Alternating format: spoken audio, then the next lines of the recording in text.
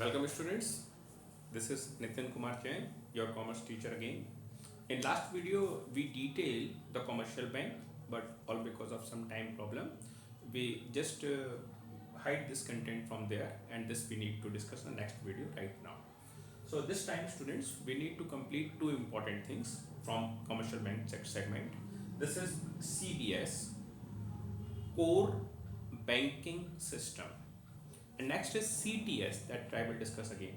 So this is CTS, check truncation system, but this time we are studying about CBS, core banking system. Core banking system क्या होता है जरा इसको समझ लेना है. ये एक रिवोल्यूशनरी चेंज आया बैंकिंग सिस्टम के अंदर रिसेंटली, और इससे बैंकिंग इंडस्ट्रीज का जो बिजनेस था वो बहुत तेज स्पीड से एक्सेलरेट हुआ. फ़ायदा हुआ, पब्लिक को फ़ायदा हुआ, बैंक को फ़ायदा हुआ, पूरे नेशन को फ़ायदा हुआ. विन विन कंडीशन की स्थिति, हम भी जीतें तुम भी जीतें, दोनों को फ़ायदा हो, ऐसा एक सिस्टम बैंकिंग इंडस्ट्री लेकर के आई. पहले क्या होता था स्टूडेंट्स कि जैसे मान लीजिए कि ये वाला एक कोई स्पेस है, कंट्री है, कोई भी एक एरिया है, और इस एरिया के अंदर में बैंक खुला हुआ है. अब यहाँ पर एक कोई बैंक है और यहाँ पर एक और कोई बैंक है, और अलग अलग एरिया के अंदर कई सारे बैंक ओपन थे, वर्क करते थे, और ये सारे के सारे बैंक अपना अपना बिजनेस रन और परफॉर्म करते थे. तो इस सिस्टम में होता क्या था कि जैसे एक कोई बैंक था, तो ये बैंक अपना बिजनेस कस्टमर, अपना डिटेल अपने एरिया में वर्क करने वाले कस्टमर्स को डील करता था. जैसे ये वाला कोई एक बैंक है सपोज अलीगढ़ में, तो इस बैंक के पास सपोज 4000 कस्टमर्स हैं, तो ये 4000 कस्टमर्स का ये वाला पर्टिकुलर एक बैंक हो गया. मान लीजिए इसका नाम पंजाब नेशनल बैंक. तो पंजाब नेशनल बैंक इसके पास एक बैंक हो गया, 4000 इस बैंक ब्रांच के पास कस्टमर्स हैं, और ये बैंक के कस्टमर्स को जो भी अपना वर्क है उनका बैंक यही वाला बैंक है, और ये अपनी डीलिंग इस वाले बैंक से करेंगे. लेकिन अगर किसी दिन ये पुराने टाइम पर, जब तक ये CBS एप्लीकेबल नहीं हुआ था, उस समय तक अगर ये वाले बैंकिंग कस्टमर्स अपने किसी काम को लेकर के इस वाली बैंक में या इस वाली बैंक में चले जाते हैं, और जैसे ये वाला bank branch Punjab national bank है और इस वाली बैंक का नाम भी पंजाब नेशनल बैंक है, तो भी ये वाला बैंक इस बैंकिंग कस्टमर्स को कोई बहुत विशेष बेनिफिट प्रोवाइड नहीं करा पाते थे, और इस कस्टमर की सारी डिटेल केवल इसी बैंक में होती थी. तो कस्टमर को अगर पूरे हिंदुस्तान के अंदर कहीं पर भी कोई बैंक की डील करनी है, तो अल्टीमेटली उसको अपनी वाली बैंक ब्रांच में आना पड़ता था. अब ये तो प्रॉब्लमेटिक सिस्टम. तो फिर बैंकिंग इंडस्ट्री में एक रिवोल्यूशनरी चेंज आया, बड़ा चेंज आया, और इन्होंने क्या किया कि सारी की सारी बैंक्स को आपस में एक कंप्यूटर इंटरनेट के पैनल से अटैच कर दिया, और इन बैंक्स को नाम दे दिया CBS, कोर बैंकिंग सिस्टम. अब ये वाला bank branch suppose Punjab bank का बैंक ब्रांच है, और ये CBS से अटैच है, ये वाला बैंक भी CBS से अटैच है, ये भी, ये भी, ये भी और ये भी, और जितने भी bank branch all over Hindustan में खुले हैं, ये सारे के सारे CBS ब्रांच बन गए. सपोज मैंने एग्जांपल के तौर पे मान लिया कि ये वाला बैंक CBS नहीं है, एक मिनट के लिए, तो ठीक है, बाकी के बैंक ब्रांच तो है. तो अब अगर इस बैंक ब्रांच में अकाउंट ओपन करने वाला पर्सन, अलीगढ़ में अकाउंट ओपन करने वाला कोई पर्सन किसी दिन अपने किसी काम से अहमदाबाद गया है, और वहां के पंजाब बैंक में जाकर के वो अपनी पासबुक के आधार पर कोई प्रकार का विड्रॉल या कोई प्रकार का डिपॉजिट करना चाहता है, ट्रांसफर करना चाहता है, चेक करना चाहता है, तो आराम से उसको वही फैसिलिटीज अहमदाबाद में मिल जाएंगी जो फैसिलिटी इस पर्सन को अलीगढ़ में अकाउंट खोलने पर मिली हुई थी पहले के टाइम पर. तो पहला डिफरेंस ये हुआ कि पहले के टाइम पे जब CBS पैटर्न नहीं था, तो वो समय पर ये बैंक कस्टमर बैंक ब्रांच का कस्टमर माना जाता था, और बाकी की सारी जगहों पर बैंकिंग कस्टमर का कोई देना लेना नहीं था, एक जनरल पब्लिक मेंबर. लेकिन अब क्या हुआ कि जब CBS सिस्टम आ गया, तो पेपर में पूछा जाता है कि by which method, by which concept a person became bank industry customer instead of bank branch customer. So this is called CBS, core banking system. Core banking system के through अब एक पर्सन बैंक ब्रांच का customer ना रह करके एक banking industry का customer बन गया, और वो अपने पैसों का डिपॉजिट या विड्रॉल ऑल ओवर इंडिया में जितनी भी बैंक कोर बैंकिंग सिस्टम से अटैच ब्रांच हैं, उनमें से किसी भी ब्रांच से अपना वो डील कर सकता है. आप देखते होंगे आज की डेट में आप ATM का फैसिलिटी भी इसी तरीके से यूज कर रहे हैं. मान लीजिए ये वाला बैंक CBS से अटैच नहीं है, अभी यहाँ पे नेटवर्किंग का प्रॉब्लम है या कोई भी टेक्निकल इश्यूज हैं तो CBS नहीं बन पाया ये वाला बैंक। तो इस स्थिति में ये वाले बैंक से आप कोई डील नहीं कर पाएंगे। अगर आपका इस बैंक में ब्रांच है तो आपका पैसा डिपॉजिट विड्रॉल होगा, अदरवाइज नहीं हो पाएगा। तो ये जो CBS फैसिलिटी थी, इससे आपकी कनेक्टिविटी पूरे के पूरे जमाने भर में हो गई और बैंकिंग कस्टमर्स को फ़ायदा हुआ, बैंक को फ़ायदा हुआ और फास्ट स्पीड का मनी मूवमेंट है। आज की डेट में ऐसा बहुत बार देखने में आता है कि कोई व्यापारी है और वो अपने किसी बिजनेस के काम से कलकत्ता गए और वहाँ से उन्होंने अपना पेमेंट, सामान जो बेचा था उसका पेमेंट कस्टमर से वहाँ से निकाला। तो लिए जाने वाले पेमेंट को देने लेने के लिए, वापस करने के लिए ये पर्सन्स अपने पैसों को कलकत्ता से आगरा ट्रेन से वापस आ रहे हैं या जिस किसी मेथड से वापस आ रहे हैं, तो पैसे अपने साथ कैरी नहीं करते हैं। वो कलकत्ता में ही अपने बैंक ब्रांच में, वहीं के बैंक में अपने अकाउंट में डिपॉजिट कर देते हैं और आगरा में आके निकाल लेते हैं। तो रास्ते का जो ट्रांजेक्शन रिस्क था वो खत्म हो गया। या आगरा से गए हैं तो आगरा में बैंक ब्रांच में पैसा जमा कर दिया, कलकत्ता में जाके निकाल लिया, तो रास्ते का जो ट्रांजेक्शन रिस्क और ट्रांसपोर्टेशन रिस्क था बच गया। बैंकिंग इंडस्ट्री में ये एक बहुत बड़ा रिवोल्यूशनरी चेंज क्रिएट हुआ और इसका बेनिफिट लोगों को नो डाउट मिला। तो ये जो था बैंकिंग बेनिफिट था जो लोग फॉलो ऑन आज भी कर रहे हैं, that is CBS core banking system. Core banking system के डेवलपमेंट होने से बैंकिंग इंडस्ट्री के अंदर और नेशन वाइज बड़े बेनिफिट मिले। सेकेंड जो स्टूडेंट्स हमारे पास पैटर्न है, इसका नाम है CTS। ये भी एक फास्ट मूवमेंट रहा और बैंकिंग इंडस्ट्री की जो स्टैटिस्टिक्स है वो बताती है कि CTS एप्लीकेबल होने से कारोबार जो था, ये बैंकिंग बिजनेस लगभग 10 गुना फास्टर हो गया और बैंकिंग इंडस्ट्री का बेनिफिट बढ़ गया पब्लिक का। तो CTS क्या था? ये था चेक ट्रांकेशन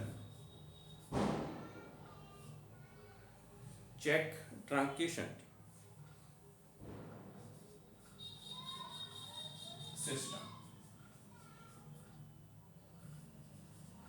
अब ये चेक ट्रांकेशन सिस्टम क्या हुआ? जब ये चेक ट्रांकेशन सिस्टम ने दरअसल में जो क्लियरिंग हाउस फंक्शन था इसको इन्होंने कन्वीनियंट और इजी बनाया। तो अभी क्या हुआ और पहले क्या था उसका एक व्यू समझेंगे। तो यहाँ पर एक बैंकिंग फैसिलिटी का नाम, इस फैसिलिटी अब यूज करेंगे पहले समझने के लिए, that is clearing house function. Clearing house function. पहले क्या होता था स्टूडेंट्स कि जैसे ये वाला एक कोई बैंक है और इसका नाम है SBI, state bank of India, और सपोज ये स्टेट बैंक ऑफ इंडिया के अंदर यहाँ ये ब्रांच राजा की मंडी ब्रांच है और ये ब्रांच आगरा में है। तो ये जो ब्रांच है ये SBI branch state bank of India का बैंक है और ये ब्रांच आगरा की ब्रांच है और यहाँ पर अकाउंट खोल के रखा गया है किसी एक पर्सन मिस्टर हरीश की तरफ से। तो मिस्टर हरीश ने इस बैंक में एक अकाउंट खोल रखा है SBI आगरा के अंदर। अब हरीश ने कोई सामान खरीदा और इसका पेमेंट करने के लिए हरीश ने चेक दे दिया और जो चेक दिया गया ये चेक किसी दूसरे कंज्यूमर को, पर्सन को दिया गया और जो दूसरा पर्सन है इनका नाम है दिनेश। मैंने एग्जाम्पल के तौर पर इनके नाम मान लिए हैं। तो हरीश है और हरीश की तरफ से चेक दिया गया दिनेश को। अब दिनेश को जब ये चेक मिल गया तो दिनेश ने इस चेक को डिपॉजिट कर दिया अपने वाले बैंक अकाउंट के अंदर में। और सपोज दिनेश का जो बैंक अकाउंट था ये था पंजाब नेशनल बैंक, बेलनगंज, आगरा में। तो ये इनका बैंक था और ये था पंजाब नेशनल बैंक, बेलनगंज, आगरा में। अब बैंकिंग कस्टमर होने के नाते दिनेश अपने बैंक पंजाब नेशनल बैंक में अपना चेक डिपॉजिट कर दिए हैं और बैंक को ये ऑर्डर मिला है कि मेरे वाले ये चेक में लिखी हुई अमाउंट को हरीश के बैंक SBI से मेरे पैसे निकाल कर लाइए और मेरे अकाउंट में डिपॉजिट करिए। नॉर्मल कंडीशन में ये काम पहले 3 दिनों के अंदर परफॉर्म होता था और इस काम को करने के लिए पूरा बैंकिंग सिस्टम अपना अपना रोल प्ले करता था और इस सिस्टम का नाम था क्लियरिंग हाउस फंक्शन। एक दिन में 2 बार क्लियरिंग लगती थी पूरे शहर में कहीं पर भी। तो इसमें होता ये था कि दिन भर में जितने भी चेक इस वाली बैंक के पास डिपॉजिट होते थे, या कुछ चेक जो इनके बैंकिंग कस्टमर इस बैंक में डिपॉजिट करते थे, ये सारे के सारे चेकों को लिस्ट किया जाता था, इकट्ठा किया कलेक्ट किया जाता था, और सारे चेकों को इकट्ठा करके रबर बैंड लगा करके सीक्वेंस में अरेंज करके बैंक का एक ऑफिसर इसी काम में बिजी रहता था। और पंजाब नेशनल बैंक के बेलनगंज के पास जितने भी चेक SBI के आ गए, जितने भी चेक केनरा बैंक के आ गए, जितने भी चेक इलाहाबाद बैंक के आ गए, जितने भी सिंडिकेट बैंक के आ गए, उन सारे चेकों को रबर बैंड लगा लगा के अलग अलग गड्डी बना बना के सीक्वेंस पे बना करके एक पेपर पे उनकी वैल्यू और उनका चेक नंबर उनका डेट लिख करके अपनी पूरी लिस्ट रेडी करता था ये वाला बैंक। अब एक मीटिंग होती थी और इस मीटिंग का नाम था क्लियरिंग हाउस। इस क्लियरिंग हाउस को लगाने की जिम्मेदारी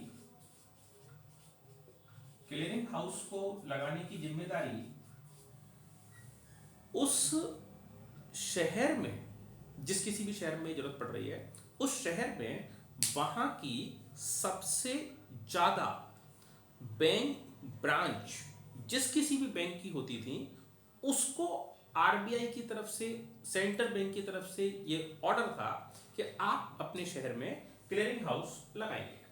तो जिन शहरों में RBI खुद अपनी बैंक ब्रांच रखता है वहां पर क्लियरिंग हाउस लगाने का, डेली कंडक्ट कराने का जिम्मेदारी RBI का है।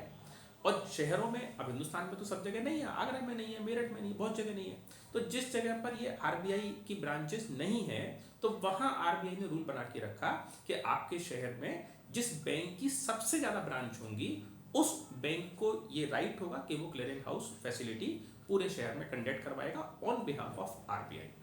तो साहब ठीक है, क्लियरिंग हाउस की जिम्मेदारी इस बैंक ब्रांच को मिली। अब ये बैंक ब्रांच में एक बड़ी सी टेबल होती है, राउंड टेबल, और उस बड़ी सी टेबल के अंदर अलग अलग ऑफिसर्स अपनी अपनी टेबल पर अपने अपने प्लेस पर बैठते हैं। ये टेबल दिन भर में 2 बार वर्क करती है, इस बैंकिंग हाउस में आना होता है। यहाँ पर जैसे मैंने ये अलग अलग बॉक्सेस बनाए हैं, तो ये अलग अलग बैंकिंग ऑफिसर्स के लिए प्रोवाइड की जाने वाली फिक्स प्लेस है। जैसे कि ये पंजाब बैंक हो गया, ये कैनरा हो गया, ये सिंडिकेट हो गया, ये आंध्रा बैंक हो गया, ये विजया बैंक हो गया, ये कोई और, ये कोई और, सारी बैंकों को एक एक स्पेस मिल गया। अब जो भी कोई ऑफिसर आएंगे, यहाँ से पंजाब नेशनल बैंक वाले ऑफिसर आए हैं और इनके पास वो सारे चेक हैं जो आज दिन भर में इनकी बैंक ब्रांच में कलेक्ट हुए हैं, तो ये इन सारे चेकों को अपने पास डुप्लीकेट कॉपीज में लिस्ट बना करके लाए हैं और सारे चेक्स को लाए हैं, क्योंकि पंजाब नेशनल बैंक बेलनगंज के पास ऐसा कोई जानकारी नहीं है कि ये जो चेक हमारे पास आया है, जिसको कि दिनेश ने हमारे बैंक में जमा किया है, तो ये चेक पर दरअसल ये चेक मिला है हरीश के यहाँ से, और हरीश का बैंक अकाउंट है SBI में, तो हरीश के सिग्नेचर का टाइप का जो डिटेल है वो तो SBI के पास है नंबर पर। हरीश के अकाउंट में कितने पैसे हैं ये डिटेल भी SBI के पास है। तो पंजाब नेशनल बैंक कौन से बिहाफ पर इसका पैसा कलेक्ट करके लाएगा? जब तक SBI इसको अप्रूव नहीं करेगा कि हाँ इसका पेमेंट कर दो, तब तक तो पेमेंट नहीं ट्रांसफर हो पाएगा।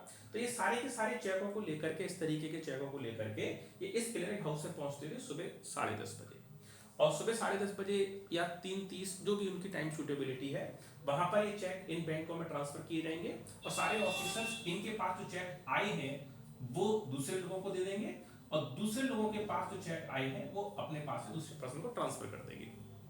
जैसे मान लो इसका नाम केनरा बैंक है, तो इनके पास में जितने भी चेक आए हैं आंध्रा बैंक के, तो वो क्या करेंगे कि आंध्रा बैंक वाले चेक इनसे ले लेंगे अपने नाम वाले, और अपने नाम वाले चेक इनको हैंड ओवर कर देंगे। हर एक पर्सन इस काम को करेगा।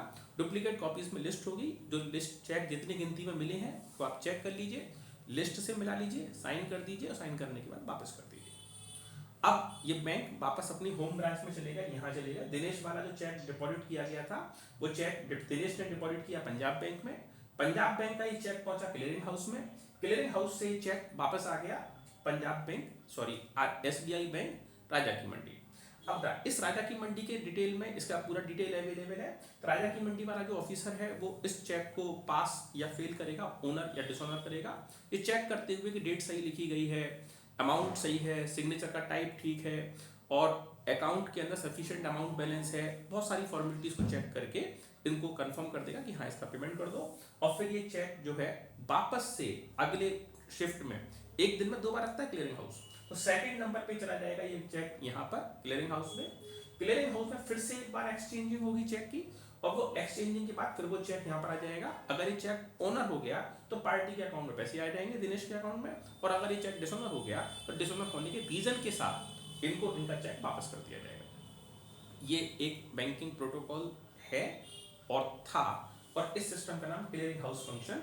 इस पूरी की पूरी फैसिलिटीज में लगभग तीसरे दिन बैंकिंग इंडस्ट्री के पास उसके पैसे, बैंकिंग कस्टमर के पास उसके पैसे दूसरी बैंक ब्रांचेस से कलेक्ट होकर के आ पाते थे। अब सिस्टम में चेंज लाया गया, और सिस्टम के अंदर चेंज लाने का जो पैटर्न था, इस पैटर्न को बदल करके अब जो नया पैटर्न आ गया, इसमें आ गया क्लियरिंग हाउस फंक्शन को इन्होंने ऑनलाइन कर दिया, और अब सिस्टम बदल गया। तो फिर अब ये कैसे करके पेमेंट होता है, तो अब क्लियरिंग हाउस जो था वो एक तरीके से ऑनलाइन लग गया, अब वो ऑनलाइन सिस्टम बन गया।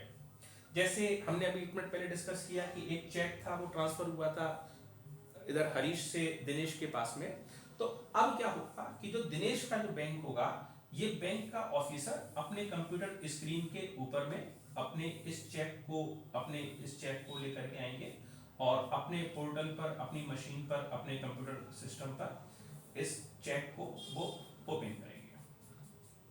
जैसे ये वाला एक कंप्यूटर स्क्रीन है, और इस कंप्यूटर की स्क्रीन पर यहाँ से स्क्रीन शेयर हो जाएगी इस तरीके से।